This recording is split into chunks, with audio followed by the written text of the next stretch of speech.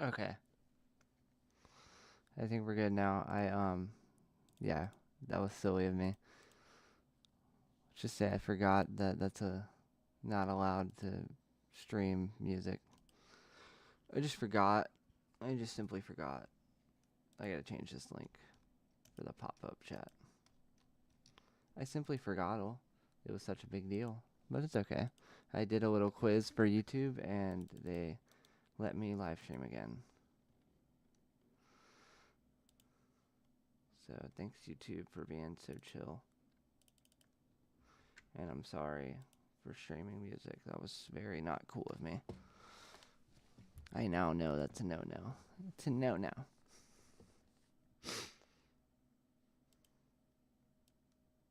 So, yeah. What do I want to do now? I don't know. I kind of just want to look pretty and hang out. So, let's do that. Let me make sure my AC is on. It's hot as fuck in here.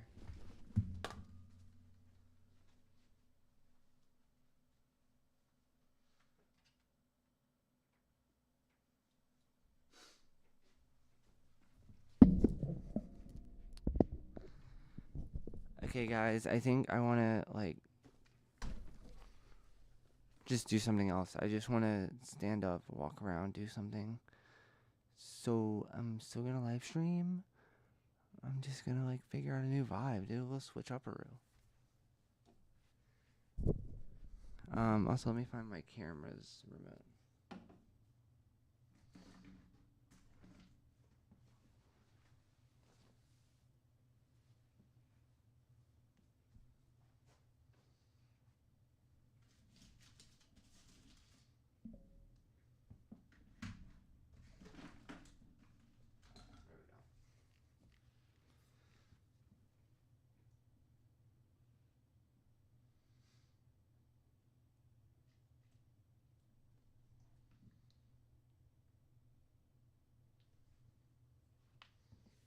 So here we are. This is me. This is my apartment. This is me standing in my apartment. I'm drinking a little bit. No one's here in the stream, but if anyone does show up, I'd appreciate you saying hi. We like that. We like when people say hi. Anyway, I'm gonna go dress a little more slutty because then I get more views. So thanks.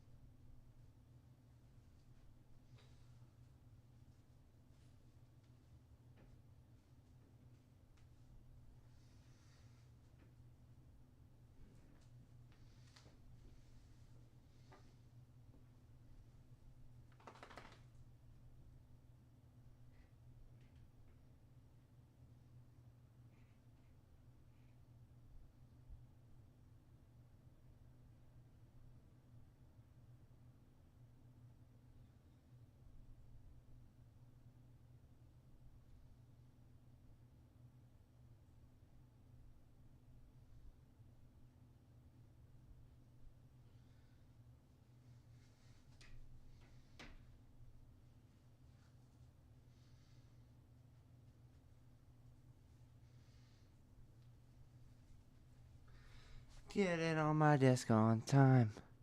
Yeah, got plans of going online. Yeah, hopefully y'all couldn't see me getting dressed in the corner. That would suck. But it didn't really show anything, so it's fine. Yeah, we're just hanging out now.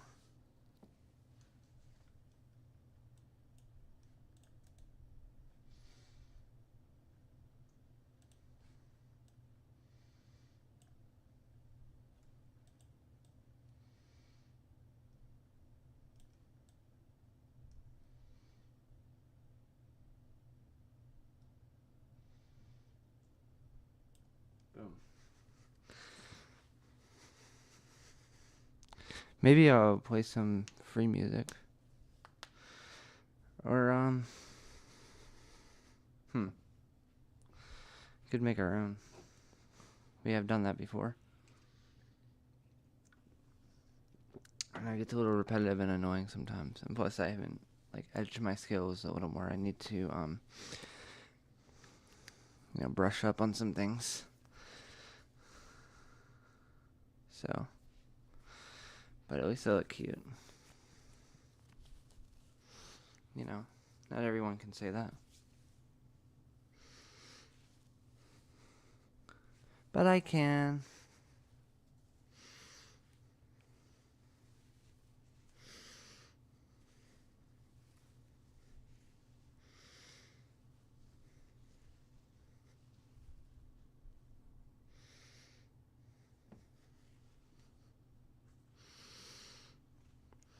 But I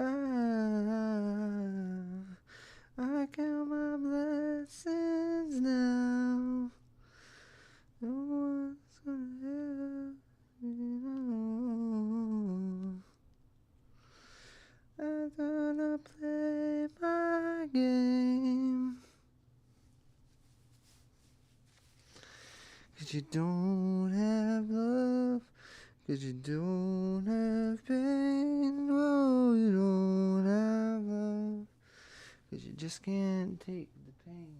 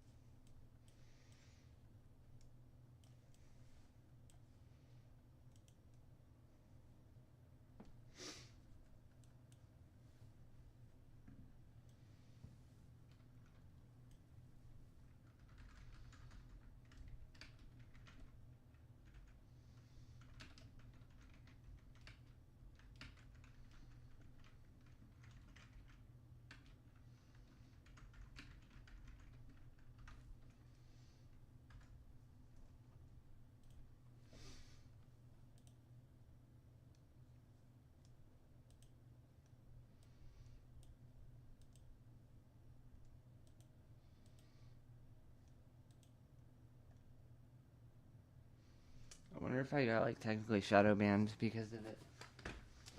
It wouldn't surprise me. But it's okay. It happens. I did enjoy my time listening to music. And I also enjoyed singing. It was fun.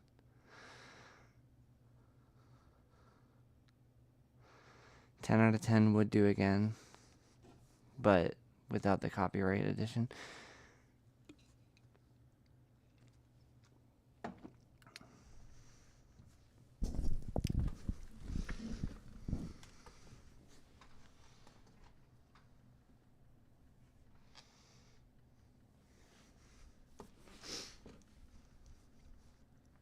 Okay.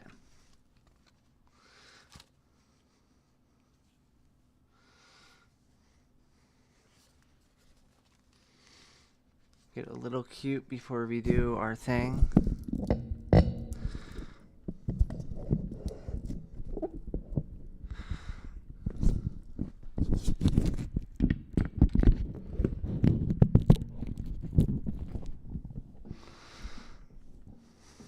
Okay.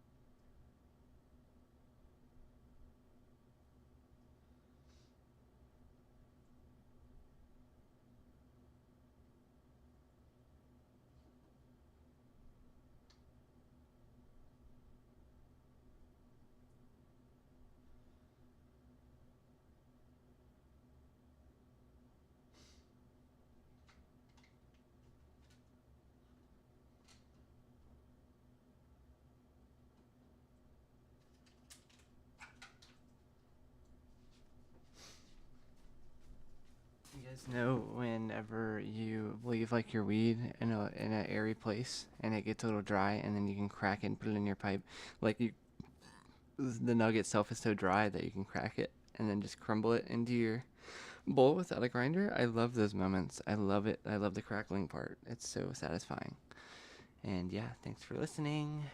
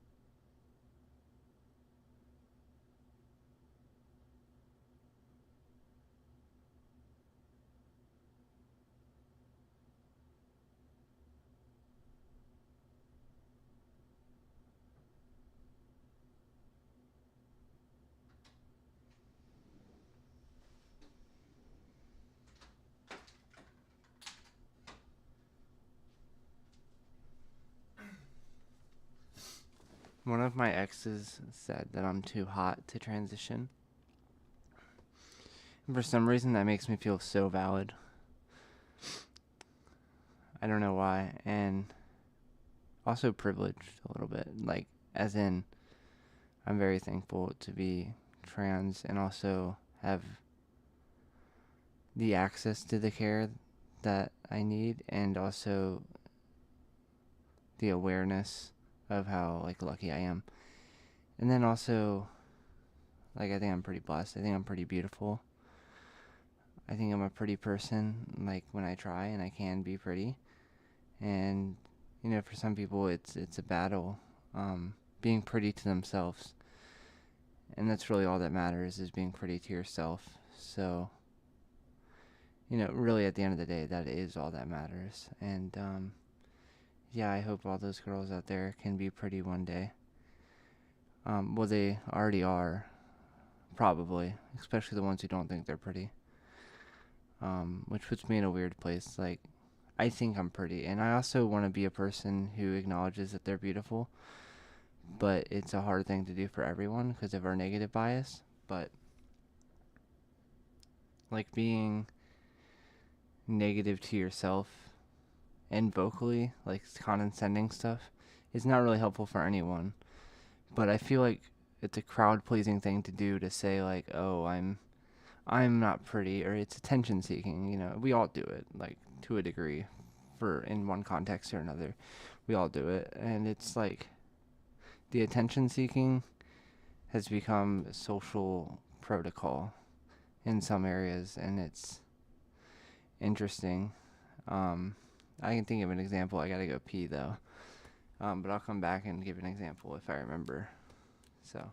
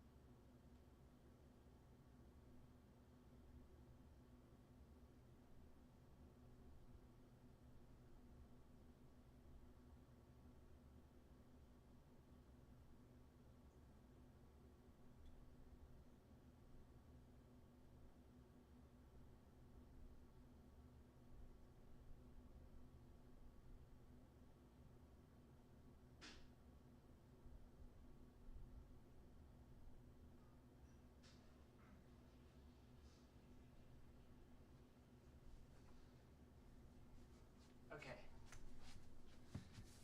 I have a perfect example. Okay, so in friendships, to a degree, we are. Hold on, let me turn this on. And also let me do a sound check real quick, just to make sure. Those moments, I love it.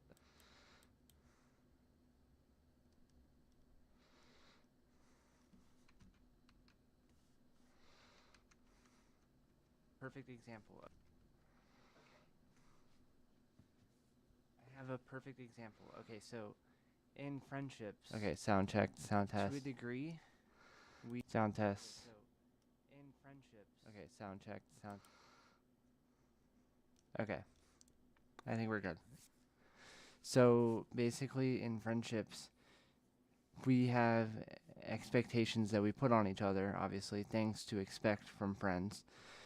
You know, I'm not going to expect one friend to ask me how I'm doing as often as another, and maybe that one's closer, maybe that one isn't. It depends on the dynamic of the friendship and where we are, type thing.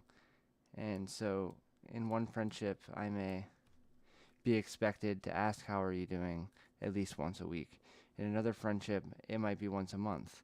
And the once a month friend could be my greatest friend. So there's no like one factor for who's your best friend kind of thing. But the expectations placed upon you, to a degree, is attention seeking. Because when you go away from those, they get worried. It's a genuine concern when you're not being yourself, kind of thing.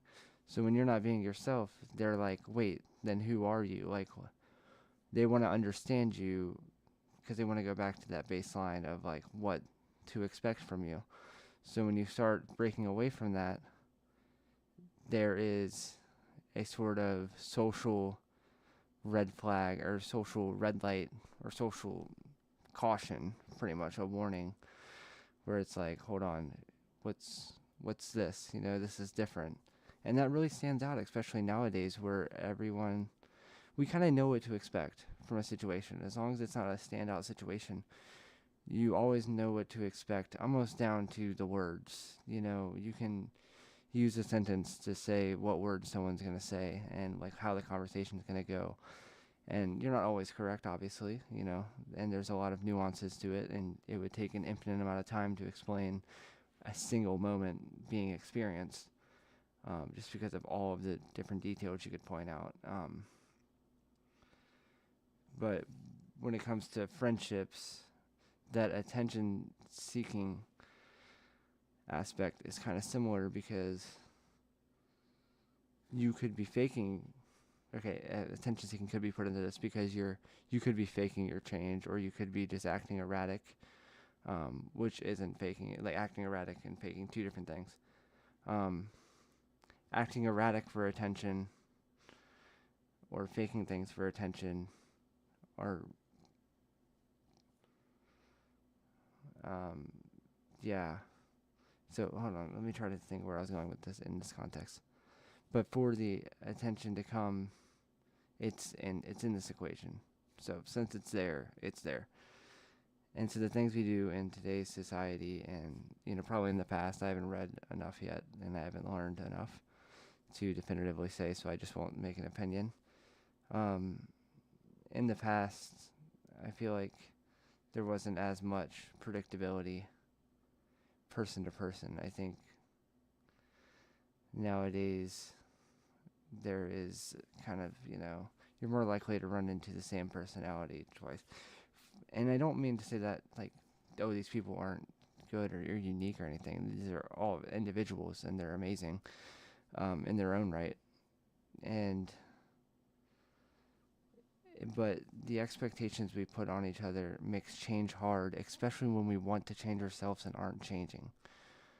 Especially in those situations, because you want to change yourself, you start envying people who change, watching motivational videos, stuff like that. This is a route you could go. And you do that, and eventually you're basically in an envy circle where you envy this person to a degree that you start to resent them, and you start to resent people who are changing. And this is, like I said, big jump there, but it's a very it's a road to go down. It doesn't always happen, but I think that's interesting that it does, and that impact is pretty big. attention seeking, especially for social media and stuff like that now, but it's at an all-time high, and it's almost a social expectation in certain things. So like if you're a TikToker, for example, you're trying to be successful and you want to be that one who is doing the nonstop grind, that one who's really locked in, then you want to be unique and you want to be different. You want to stand out from the way that you're trying to stand out, you know, because everyone knows if you're trying to make it, you're trying to make it. But if you want to be number one, literally, and not just yourself, so you want to look for the happiness outside of you and look for what's going to make you, you, not within you, but as something you're doing, then at that point, you're, just clearly not thinking that. Like, you're not conscious of that when you're doing it. Or at least we're not told. Like, you don't think about the ramifications of something like that, I guess. There should be like a handbook of, I don't know if there should be, just because of the ways it could be used, but like, obviously, it's good to talk about the nuances of it. And I don't know, I find it fascinating, the ambiguity of modern society and how we really just don't know what affects us so much until we're already in it, and you can kind of notice the change. But it's a very conscious thing to look back and make these observations, and so you just have to be on top of it, kind of, to find these deep things about yourself and to find that deep layer of like, what is my motivator, and know thyself. Once again, it's really that, just you got to get deep down into the self through not just what you do, because you should know why you do what you do. What purpose does it serve in your life? And also, what is the purpose for having that purpose, kind of thing. And having it aligned. And the only reason you analyze this stuff is because you want to be in harmony with it. Like, there's no real reason to do it. Well, other than it's fun, because I will admit it's fun. But it can make you seem self-centered if you talk about it on a live stream like this, is what I mean. And it can make you a self-centered person. But the thing is that you're conscious of this stuff when you're analyzing it. And when you're looking at your life, you can see the theme. You can fit the theme, and you can change who you are. You can change your actions. And then society will see you change, and they'll be like, hey, what is this? What are you doing? And in that case, you could be seen as attention-seeking or something like that. But wanting to find yourself is the most human thing to do. And I don't think it's even a change that's happening. I think it's more than a change. It's so deep. It's not language, is what it is.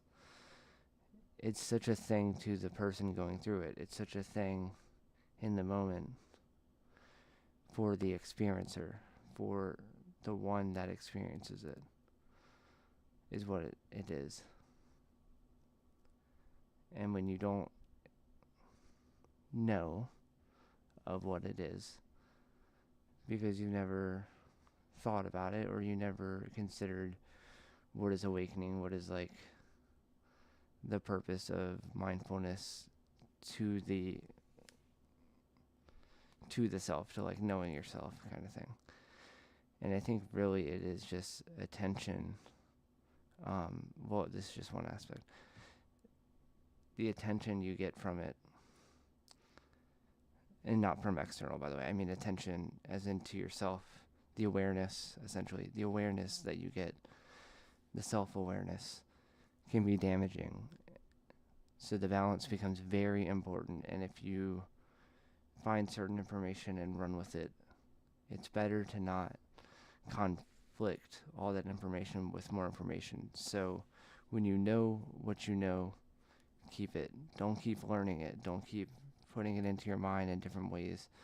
Because when you know what you know, there's no need to confuse yourself. Because what makes it confusing is when you keep running through it thinking you're doing it wrong. The only reason you check a machine or open the hood of your car is when it's making a weird noise or when something's going wrong. But that's the purpose of observing. So why are you looking? Why are you checking under the hood? The reason I'm checking under the hood is to see what the hell is going on. Not because it's broken, but because I enjoy working on the car. You know what I mean? That thing. Take something out, put it back in just to see what the fuck it does. And that's what it is to be awareness. That's what it is put into words. Another way to put it into words. If you're looking at its purpose for the ego kind of thing. Because those things only matter when you're focused on the outcome. When you're looking at the outcome before it is in the current moment. When it's on top of the mountain.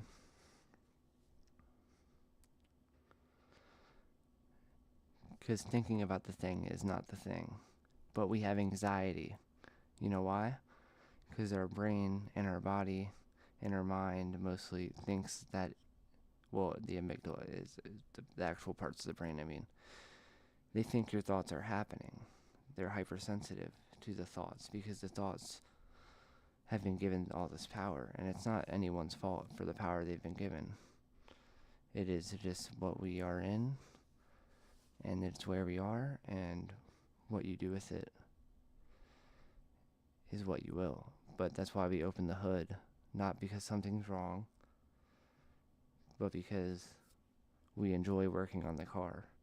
What you want to do is not panic when something goes wrong. When you're putting a part back in, it's going to hurt.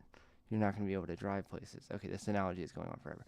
When you're working on yourself, and you find something that doesn't make sense, or you can't stick yourself to one side, or you're having a troubling piece of your identity, it doesn't feel good.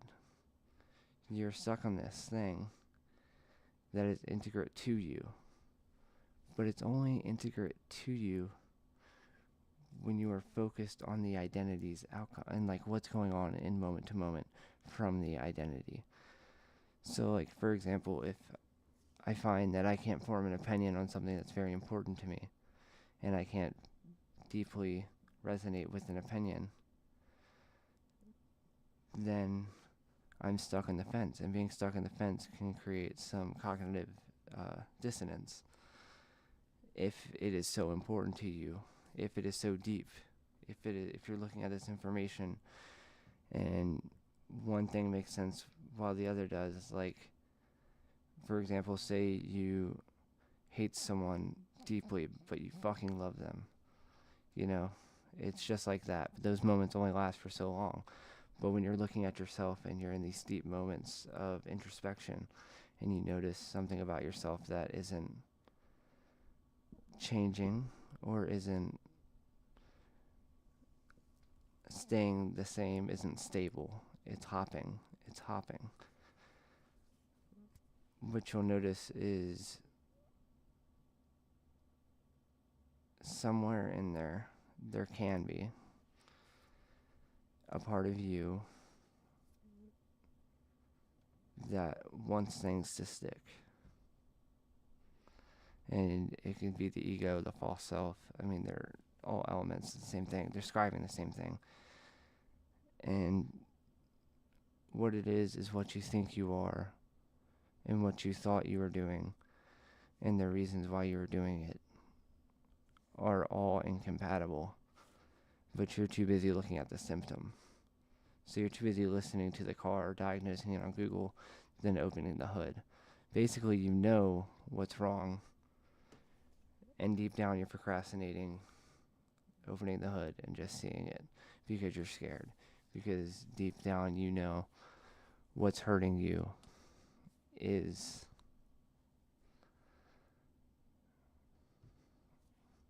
it just is. What's hurting you is. and it's real, but not when you look at it. And that's just the truth. It's not you. And when you start analyzing these things, you see it never was. And that we hurt. And we hurt.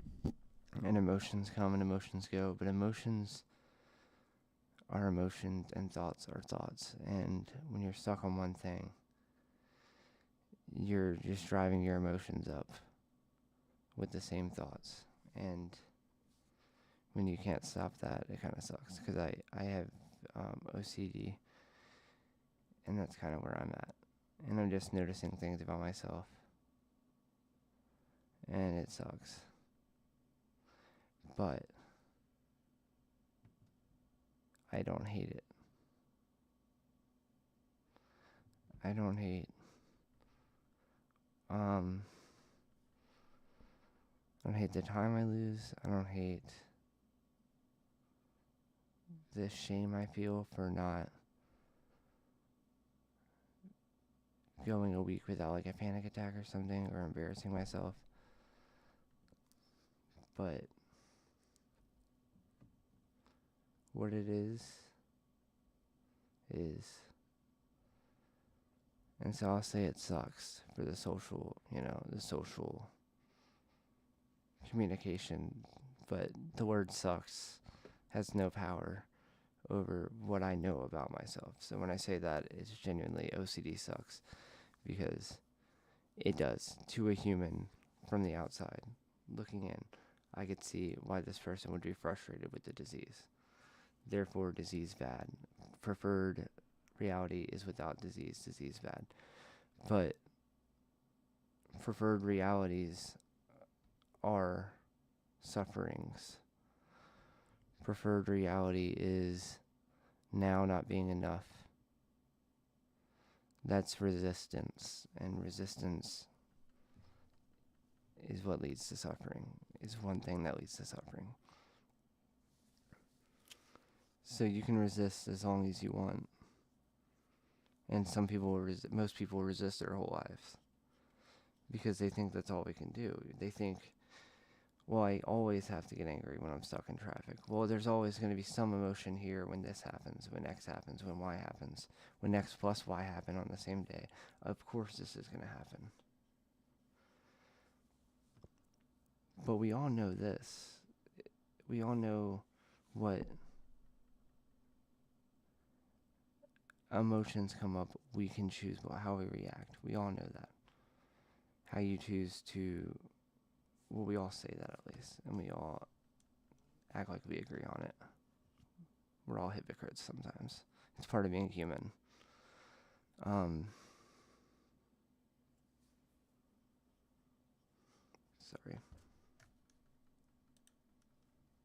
Resistance is what leads to suffering. It's one.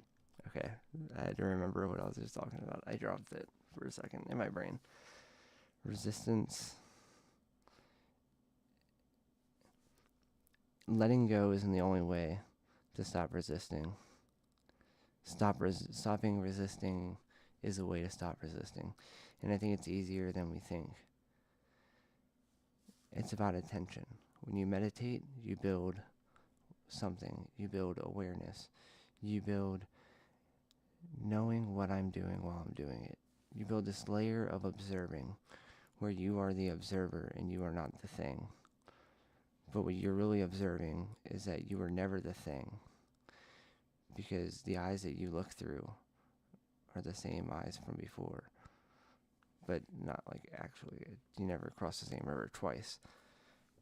But you know what I mean. So when you're looking at it, you are not it, and therefore you can change it at a deeper level.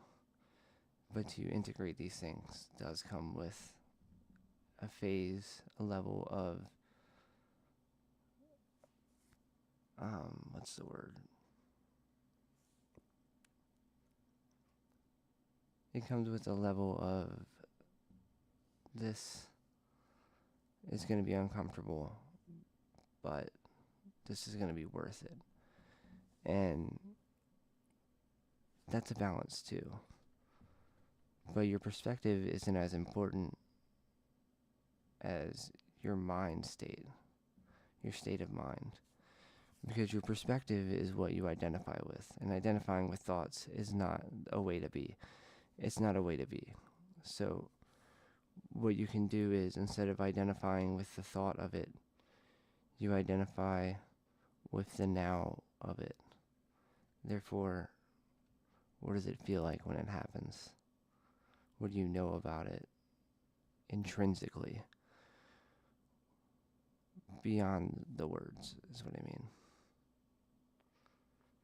So when intrinsically you can feel it happening, you don't have to use words, and you don't have to identify with either side.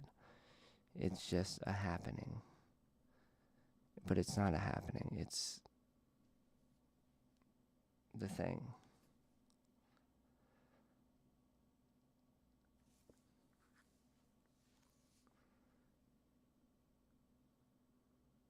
But observing isn't really something. I don't think it's actually observing, though, because we are one. Every moment that we observe, like, how do you want to say this? So I'm trying to put this into words. If I start counting from now to now, and take that little clip of time that happened and go infinitely small to the beginning, to the start of it, and whenever that clip happened and it started, where was my mind at? Where were my thoughts? What's a snapshot of my thoughts? Where was the mind at? What information would be relevant, and what bias are you using? Now snapshot me just saying that and do the same thing. And what you'll see is there's a gap. There's a gap in what I'm looking for, and then beyond the bias, a gap in what I hope to find. So the outcome can only be as important as, I guess, as you, not just as important as you let it be, but as important as you confidently feel to make it. So again, you can balance this, or you can just ignore it. If you choose to engage and identify with the thoughts, you just have to be aware of what you're dealing with. You have to be aware of what state of mind you're in. Because if you're emotional, not the best time. If you're sick, you're probably fine. As long as you emotionally feel fine. I'm sure if you're sick, you should be able to do this. But anyway, I don't know why I even said that. Your state of mind is what's important. And so when you feel clean-minded, as in thoughts are low, obviously they're there.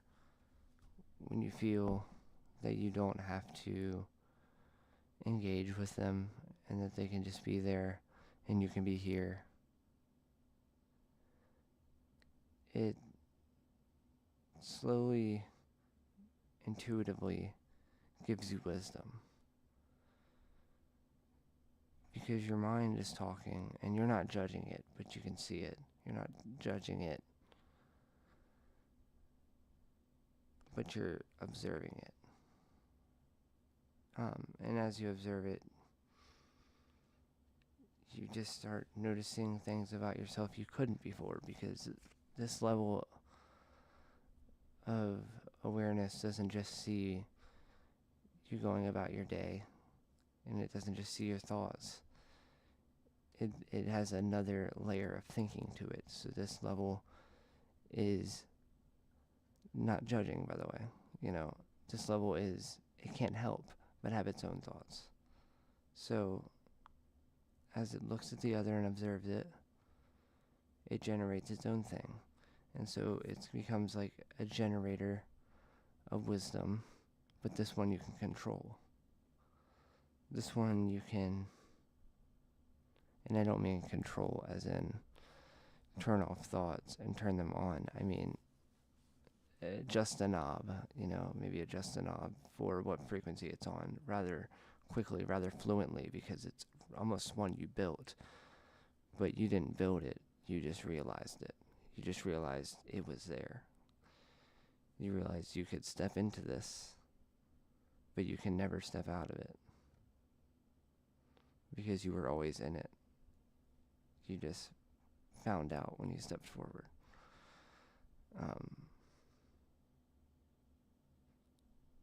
But it's something to reach in a world of unreachable things. Happiness being a part of them. Not that happiness isn't reachable, but that happiness without a low isn't reachable. Being content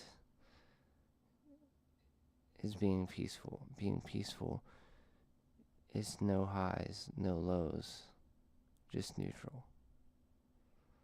Obviously, you'll have highs and lows, but the more peaceful you are, and the more you're in a peaceful state, the less exposed you are to the highs and lows. Just intuitively, that is what will happen to you. But the benefits come beyond that, and the benefits don't even begin to touch on just how fun it is in general. How fun it is to be aware that you're aware, and also have others around you who are also just as aware, and socialize and talk about this stuff, and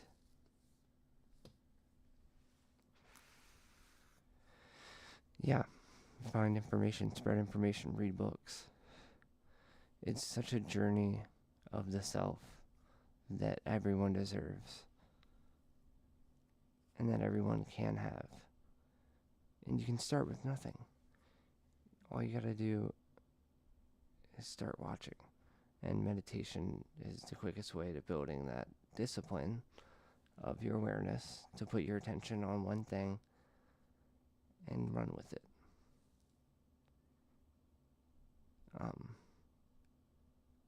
Especially if it's boring.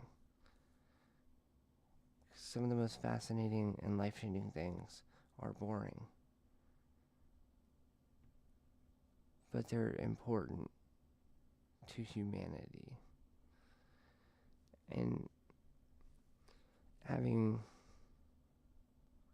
decency as a virtue,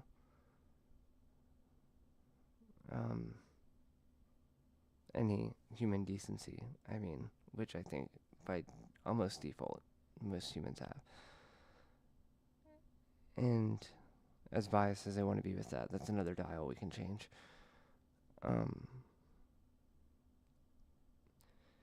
Just go for pure identity is what I've been doing. And that's being as true to me as I can be as true to you, kind of thing. So finding the balance in the in-between.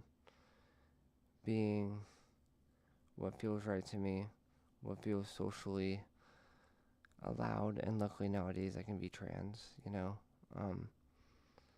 that fits me, and it's a really fun, it's a fun life, but I'm not here for the fun anymore. I think I finally realized the benefit of no fluctuation, no more super highs, and followed by super lows. It's time to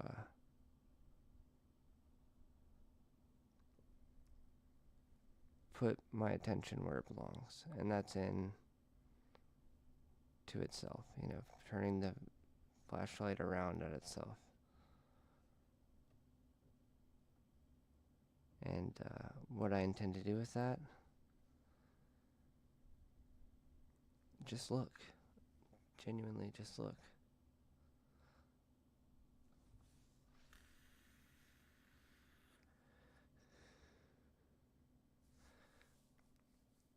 You don't have to touch anything. It's like going to an art museum because some of it is really important. We all have stuff that's super important to us. And just for us, for some reason, we have this weird infatuation with it. Is that how you say it? Infatuation? I think so. And that's important to us. And I think every individual who has that will just have a love for life in front of them that will maybe never get acknowledged unless they do some sort of reflection. And reflections are intentional. But something bad doesn't have to happen to check under the hood, you know? So, that's all I gotta say. Thank you for watching. No one really joined, and that's fine. It's the second stream, and I just got a strike or a warning, so I'm sure that's affecting my numbers. But yeah, maybe I'll post a snippet of this. Thank you so much for watching.